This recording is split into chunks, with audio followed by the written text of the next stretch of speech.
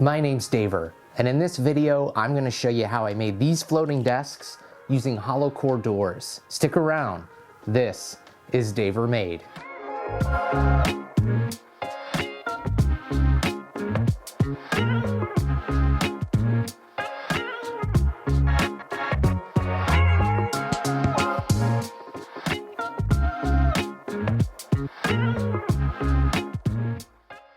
I wanted to make a floating desk in my home office for my wife and I. When researching it, I looked at several options, such as using solid wood and also some butcher block countertops. However, looking at the cost and the size of the desk I needed, that wasn't really an option for me financially at the moment. For this project, I decided to go with hollow core doors. The hollow core doors that I used for my floating desks are made by Wen, and I picked them up at Home Depot. This project is super simple and doesn't take a lot of skill or craftsmanship to complete. All right, enough talking, let's get into the video. As I mentioned previously, I'm using hollow core doors for this build. The doors that I'm using are 18 inches wide by 80 inches long. And these doors are non-bored, which means they don't have the hole cut out for the doorknob. Now I'm using 3 doors total for my desks, and I had to cut one down to length. I've never cut a hollow core door in half before, and I noticed that there were cardboard pieces in between 2 thin pieces of hardwood veneer, at least according to the description.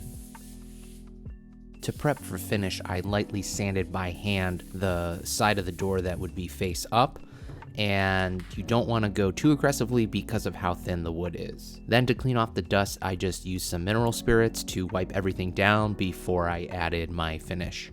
This is a really good way to get all the dust off, and you can see that there is a lot of dust from sanding. And the mineral spirits will give you a nice little preview as to what your final desk will look like if you're using clear finish. While I'm only showing one door in this video, I followed this process for each one. To hide the fact that I'm going to be using doors for a desk, I use some iron-on edge banding. And when you're ironing this, you want to make sure that you turn the steam all the way down on your iron. To make it easy on myself, I use blue tape to hold the edge banding up as I iron. And as I go further down, I just remove that piece of tape because the edge banding should be glued on, and that holds pretty well. The edge banding that I'm using is made of birch, and it's 1.5 inches, and it overlaps a little bit, but that's no problem because I'm going to trim off the edges to flush it up. And at the end I left a little overlap, so I'm just using a razor knife to cut it square, and you can use scissors for this as well, which I did use later on. Then to flush up the top and the bottom of the desk, I use this edge band trimmer. I've used it in the past and it does okay, but I ended up just going back over it with a razor to clean it up a little bit nicer.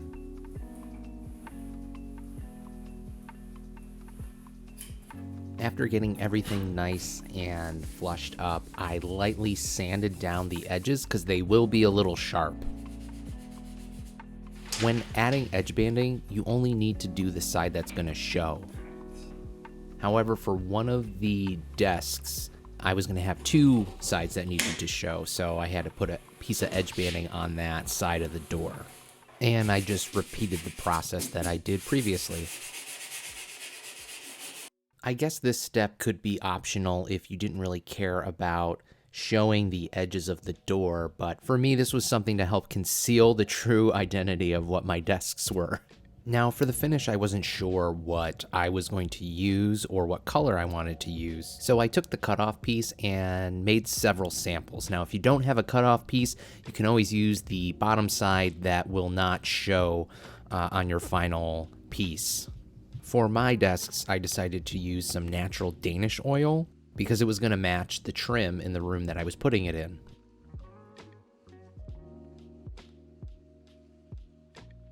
To apply this Danish oil, you simply just wipe it on and then let it dry. This is really easy to apply and it almost feels inappropriate. In total, I put 2 coats of Danish oil on each door, and you want to just make sure that you follow the instructions on the back of the bottle or the can and wait the appropriate time to reapply the next coat. Now, the edge banding was a tricky thing here because I had to match the color that the Danish oil gave the door, and the edge banding is a different type of wood. So what I needed to do was test multiple samples and mix together some stains to kind of get a color match. Now, one thing that I regret not doing is using some pre-stain conditioner on the edge banding. The stain turned out a little bit blotchy, which happens when you stain certain woods, and the pre-stain conditioner just helps it go on a little bit more evenly. Once everything dried, I finished off the doors with some clear paste wax. This just gives it a little bit more of a nice finish. It's a matte sheen, and it will hopefully add a little bit more protection, which is going to be useful, especially if you're using these as desks. And that's pretty much it for getting these doors ready to become desks. Now, you can use tons of different finishes and polyurethanes and things like that if you choose to do so. This is just personal preference. Now it's time to install the desks. And the desks will be supported by brackets, which will be screwed into the studs in the wall. And I got these from Menards. These are heavy-duty shelf brackets, and I'm going to be using ones that are a bigger size than the desks themselves because I'm going to offset the desk so I can run wires and cables through the back. Now, I'm only going to show installation of one section of the floating desks, but you'll just repeat the process for each section you're installing. Now, to locate the studs on your wall, there are several ways you can do it.